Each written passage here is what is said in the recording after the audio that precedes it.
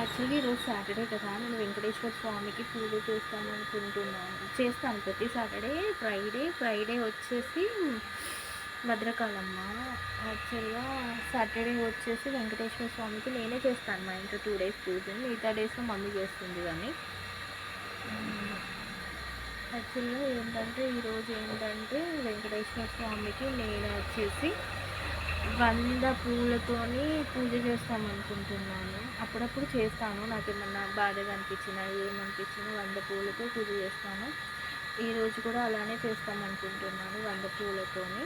But పూలు ఉన్నాయి చెట్టు పైన, మాకు చాలా పూలు ఉంటాయి దేవుడు పెట్టడానికి. ఆ పూలతో పూజ చేస్తామనుకుంటున్నాను. ఆ పప్పు అయితే ఎంత కదిలిచ్చినా ఓడదు, ఎందుకంటే ఇంకా స్ట్రాంగ్గా పెట్టాను. ఎందుకంటే నేను బ్యూటిషియన్ కదా, నాకు ఎలా పెట్టాలి అనే విషయం నాకు ఆల్మోస్ట్ ట్రైనింగ్లో ఉంటుంది. యాక్చువల్గా నేను కోరుకున్న కోరిక నెరవేరాలన్న వెంకటేశ్వర స్వామికి ప్రసాదం అయితే పాయసం చేసేసి పూజ చేస్తాను. యాక్చువల్గా ఇది డ్రై అయిపోతే హెడ్ చేసుకోవడమే డైరెక్ట్. అప్పటి వరకు అయితే ఇంట్లో ఈరోజైతే పప్పు, నాన్ వెజ్ అయితే నేను తినను. మ్యాక్సిమం నాన్ వెజ్ అయితే నేను తినను. సాటర్డే ఫ్రైడే అయితే నాన్ వెజ్ తినను, మిగతా డేస్లో తింటాను. బట్ ఏంటంటే ఇది డ్రై అయిపోతే అయిపోతుంది. బట్ ఈరోజు ఒక న్యూస్ ఉంది.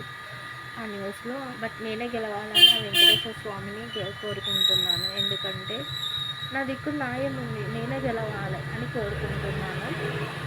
ఇంకో విషయం ఏంటంటే ఈ మంత్ 8కి నా ఫ్రెండ్ వాళ్ళ బాబు బర్త్డే ఉంది. తన వీడియో నా యూట్యూబ్ ఛానల్లో ఉంటుంది.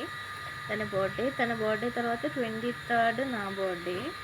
యాక్చువల్గా ఒకే మంత్ మా ఫ్రెండ్ వాళ్ళ బాబు నేను పుట్టిన మంతే మా ఫ్రెండ్ వాళ్ళ బాబు పుట్టాడు.